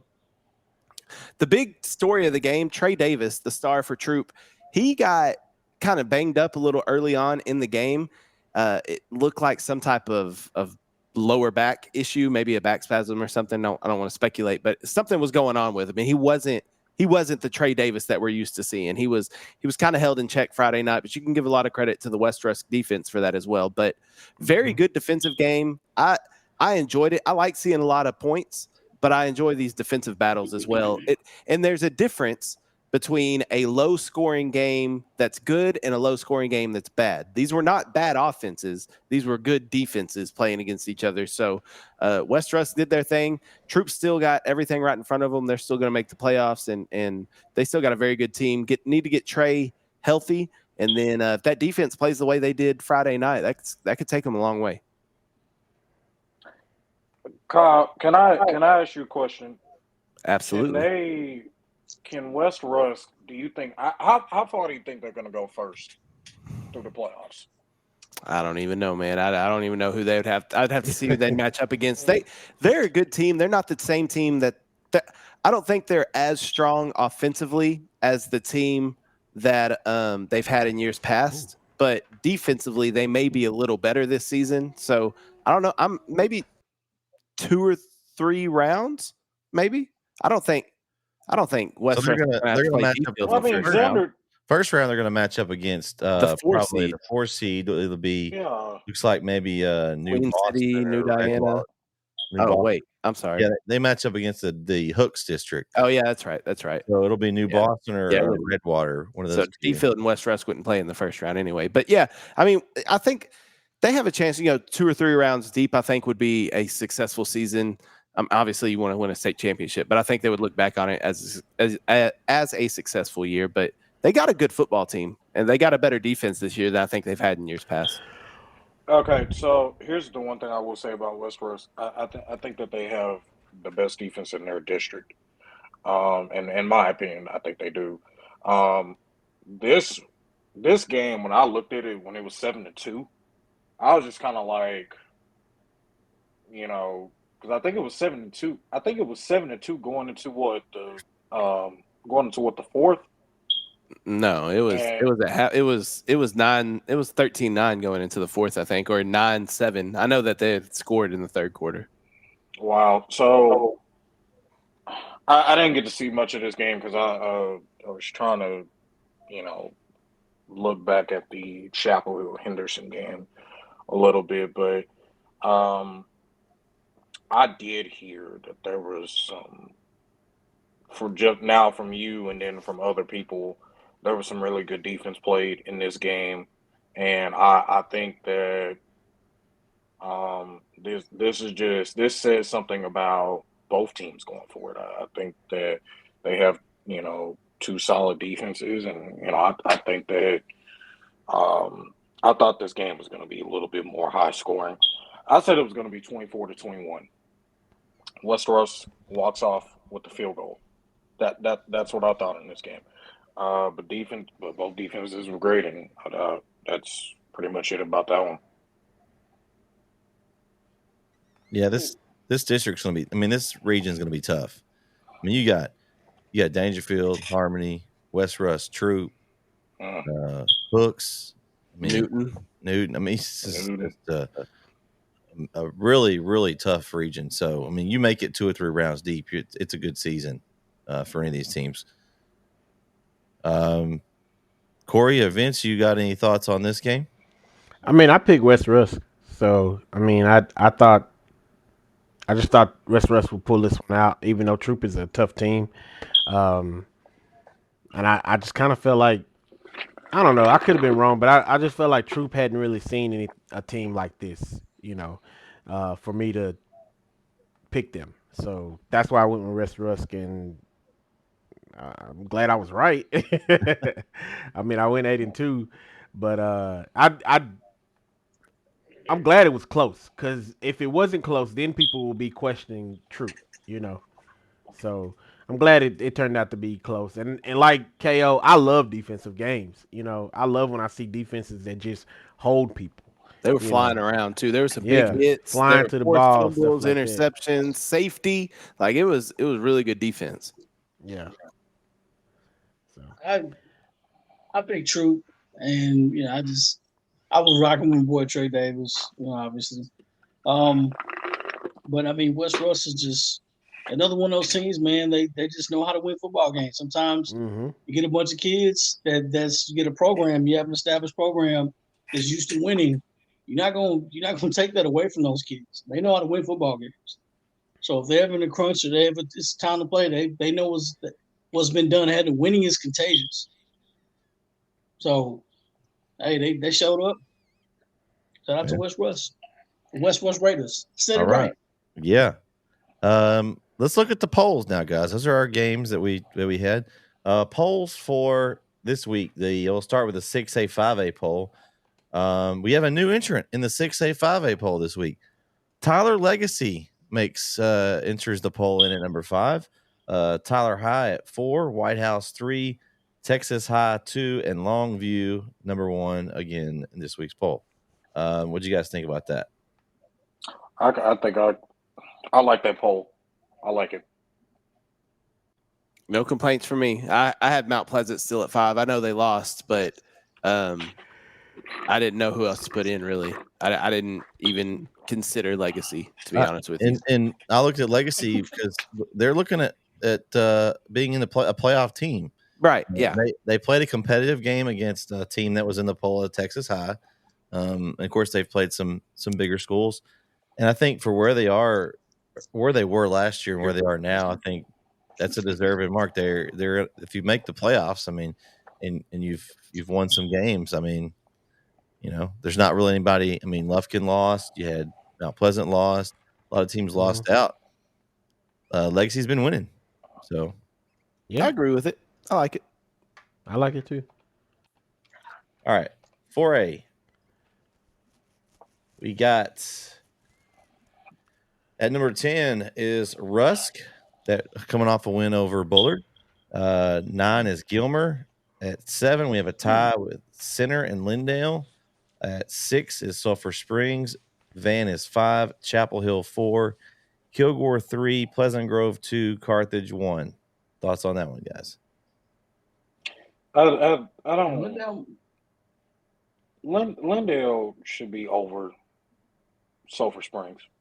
They really should. I think that they've played better football, in my opinion. Just the course of the stretch, of the last part of the season, they played better football. Lindale was where other 7? than they were number 7. Sulphur Springs was 6. I think that Lindale should be 6. I know it's just one. I know it's only spot, one yeah. ranking. But so I had Lindale below Sulphur Springs, and my reasoning was that Lindale's lost a lot of games. If they hadn't lost as many games as they did, then they probably would have been ahead of them. But have 4 losses, and Sulphur Springs has only lost 1. 3 of those losses were the top 10 teams, though. Right. That was my whole. I understand, but I think that consistency, Lindale, they're moving up. So Sulphur Springs loses another game, they're going to jump them, even though it's just still have a couple losses more. But that's just how I'm doing rankings. If you got 4 losses, I know it's a tough schedule or whatever, but they still lost 4 games. They had chances to beat some good teams and have good quality wins as well. Sulphur Springs, they don't have as much wiggle room. They lose, they may fall down the rankings a lot. They may come to me. Sulphur Springs loses the game, they probably fall off the board. True. Okay. Because I one with Sulphur Springs, I don't see. I see them getting to the third round. I like where it's at. I think those teams, the top 5 are pretty solid. I mean, you got Chapel Hill right above Van. They did beat Van. They both have a loss. You've got Kilgore, Pleasant Grove, Carthage, unanimously those top 3. You'll see, Kilgore and Chapel Hill will play here in a few weeks. Van's going to play Carthage, so we'll have some interesting shakeups here over the next couple weeks. We'll see how those games go. But I think honestly, shout out to Rusk. They've kind of weathered the storm. They've got a chance to kind of stay in the poll for me as long as they keep winning. I don't see anybody else right now. I mean, obviously Brownsboro beats them; they could jump back in. But that bottom spot down there is kind of open. The top 9 for me are pretty much in. So as long as Sulphur Springs, if they lose, they could drop out. But other than that, I think it's pretty good poll. Go ahead. Were you about the same? What did you have? I had the same thing. I just had Lindale and Sulphur flipped. Okay. Yeah. Fair enough. I could see an argument like that. Yeah. That's when we have multiple voters. So, that's the whole point of having a poll. Your top 5 is solid, and then you can argue. I guess you can argue 6 and 7, but it's still a solid poll. Wait, Kilgore was in that top 5, right? Yeah, Kilgore's at 3. That was Van. Van was 6. Oh man, Van was at 5. Corey, they're right behind Chapel Hill at 5. I was just saying, as long as Van's up there, okay. I don't. PG being over Kilgore, that kind of bothers me. I think that kind of bothers me a little bit. PG, I think. That kind of bothers me. I think PG. I think PG could be an might be the argument. best team for it. PG could be. PG might be the best team for it. Arguably they are. Just, I mean, just any classification, Division 1 and 2, PG may be the best team for it. Oh, see, Eddie's actually agreeing with me on this 5 and 4. See, I don't over 7 and 1. It's each your own. Some people want to vote a little differently. It's the way it is. No complaints. But I think honestly, I think that poll's pretty good. I could see a place where PG and Carthage could flip. I could see because honestly, I think in my mind, I think we're going to find that out at some point down the line. But I think if Carthage loses Friday, then it'll flip. Well, I mean that would be if anybody loses, they're going to drop. I don't know that we have anybody that could take a loss and keep their spot. I don't know that we have anybody that solid. It'd have to be, if a close. What if Chapel Hill beats Kilgore by a game-winning field goal? Well, maybe Kilgore doesn't drop, maybe but a spot, something like that. But I don't really see that happening. Let's look at this little school, the 3A 2A TAPS poll. This is always interesting. All right, tied at 9 is actually a 9 and 10. So you're tied at 9. Jefferson and Lovelady. At 8 is West Rusk. 7 is Hooks. 6 Garrison. 5 Beckville. 4 Dangerfield. 3 Winsboro. 2 Malakoff. 1 Timpson. Thoughts on that? Check out, guys. I don't have a problem with it. Well, I kept Troop at 10. I had them at 7 last week. I moved them to 10 after the loss, just because they hung very. Truthfully, I didn't bring this up when we were talking about the game. Truthfully, just me personally, and I'm not one. Let me preface this by saying refs can never lose you a game. Let me explain. Because you could have done something in that game prior to take it out of the ref's hands. Like, it shouldn't have to come down to a call. So I'm just going to preface that by saying that. But there was a missed touchdown that Troop was not, like, right before halftime. Ty Lovelady caught a beautiful ball one-handed, and he came down inbounds right at the 1, and he literally got pushed over the pylon, and they called him down at the 1. So probably should have been a touchdown. Anyway, all that to say, being at the game, that's why I left Troop in the top 10, just because of how close the game was. That was my reasoning, and why I didn't put West Rusk above them, because it's one loss for Troop. That was just my reasoning. Again, like you said earlier, Brett, it's just the way I did my poll. Yeah. But yeah, the top. I also had Troop 10. I had Troop at 10. To me, the top 7 is solid. Like, I mean, top 6 or 7 solid, where I don't have any disagreement. I think it's those bottom 3 or 4 teams that you can insert your name here, and I would be okay with it. Yeah, Overton got some votes. They continue to win.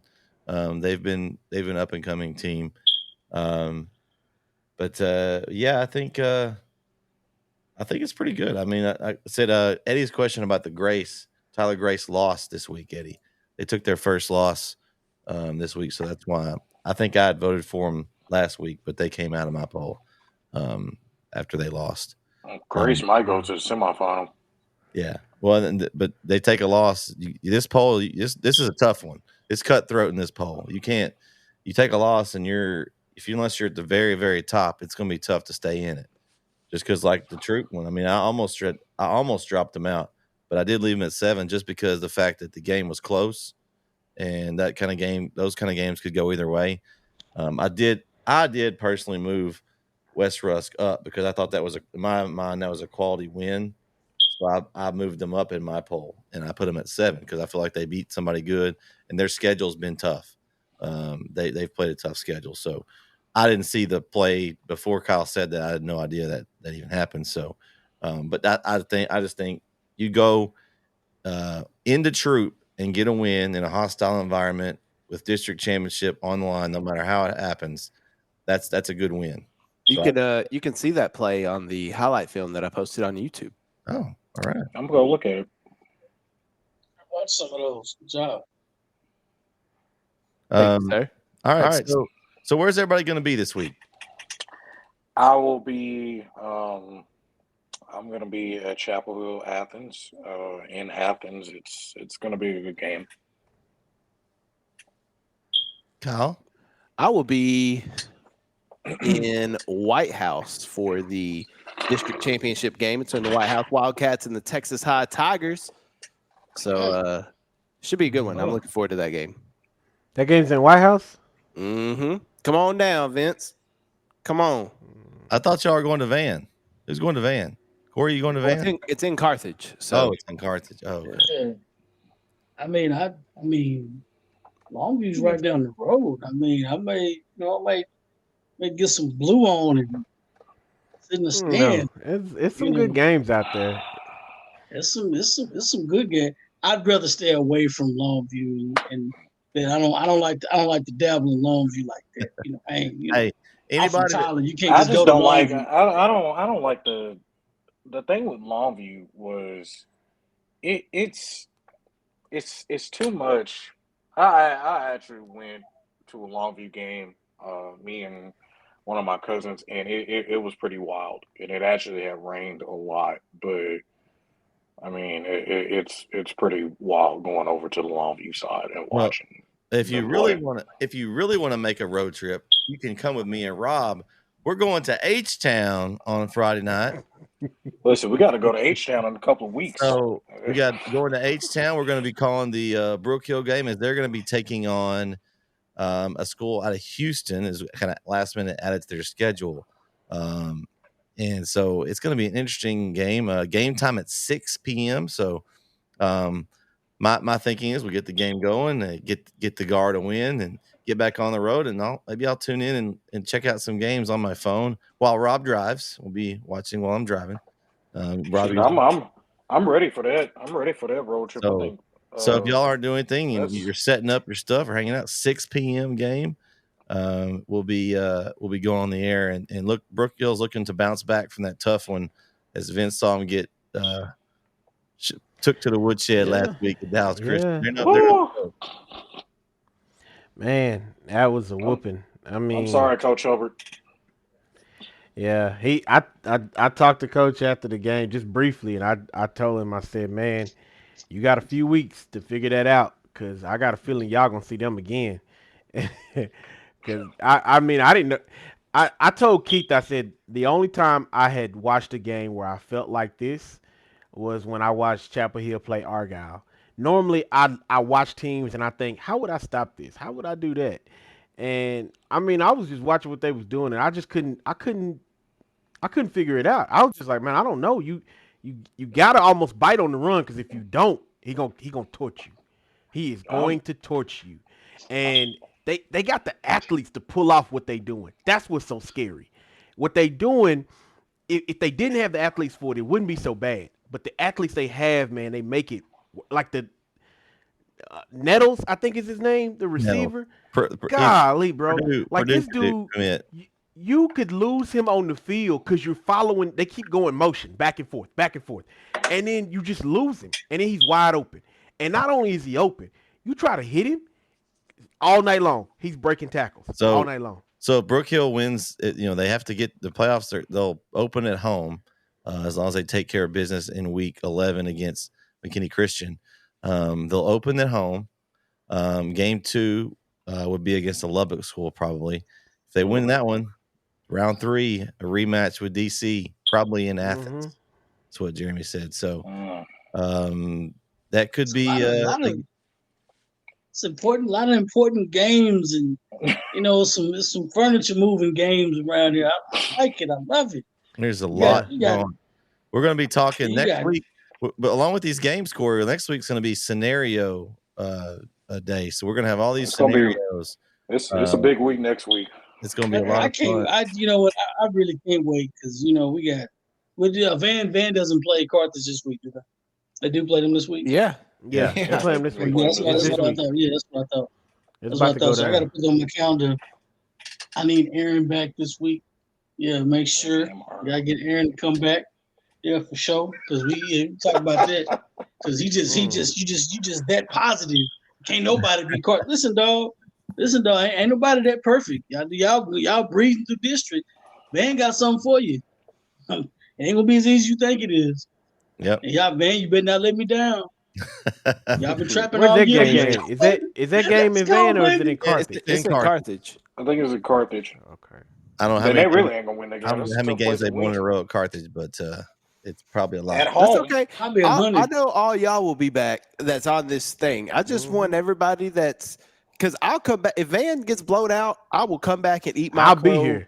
gladly. Absolutely. But if Van wins, like I think they will, I want everybody to come back and I want flowers. And I didn't get a We chance to trapping get. out the van, though. I told you what we doing, baby. And listen, Spence got lucky because I didn't get a chance to get a hold of him. I had some church duties I had to take care of. I tried to handle it for you, but I Vince. watched. Yeah, I saw you. But I watched. I was sitting there in the church just with my phone on. We trapping out the van, though. That's what's happening. But yeah, Told you what it like was. KO said, like if they lose, I'll be back for my whooping.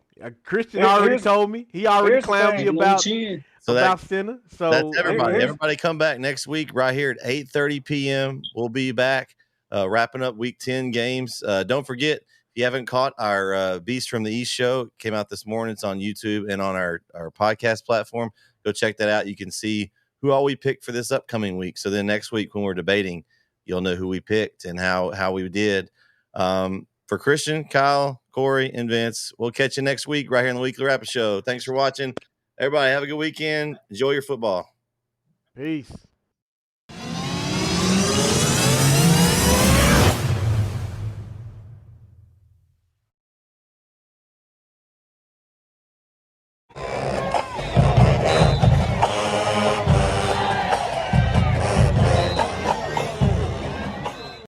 Is your demanding work lifestyle in need of fire-resistant clothing that can keep up? Well, L4FR clothing should be your go-to for quality, affordability, safety, and style. L4FR was founded by a third-generation oil field worker who is also a veteran. Thus, this company has a deep appreciation for reliability and longevity, all while we provide first-rate customer service. Our durable apparel will serve you well for many years to come, whether you're working on a pipeline, a lineman climbing utility poles, or in any other environment requiring fire-resistant apparel. L4FR has you covered. Our apparel is tough enough to resist hazardous conditions while still providing high comfort and style. L4FR provides clothing options to ensure your safety and comfort, whether you're on the job or not. To view our complete inventory of flame-resistant garments, please visit our online store at l4frclothing.com or give us a call at 817-757-4935. Si habla español. Struggling with mobility, chronic pain, work, or sports injury? At Azalea Orthopedics, our team of highly trained physicians specialize in complete orthopedic care, pain management, sports medicine, physical medicine, and rehabilitation. If you've sustained a bone or joint injury, have mobility or movement problems, struggle with pain, contact Azalea Orthopedics. We're conveniently located across East Texas, serving 18 counties. When visiting your doctor, urgent care, or hospital, you have a choice. Demand Azalea. At Azalea Orthopedics, your health is our priority.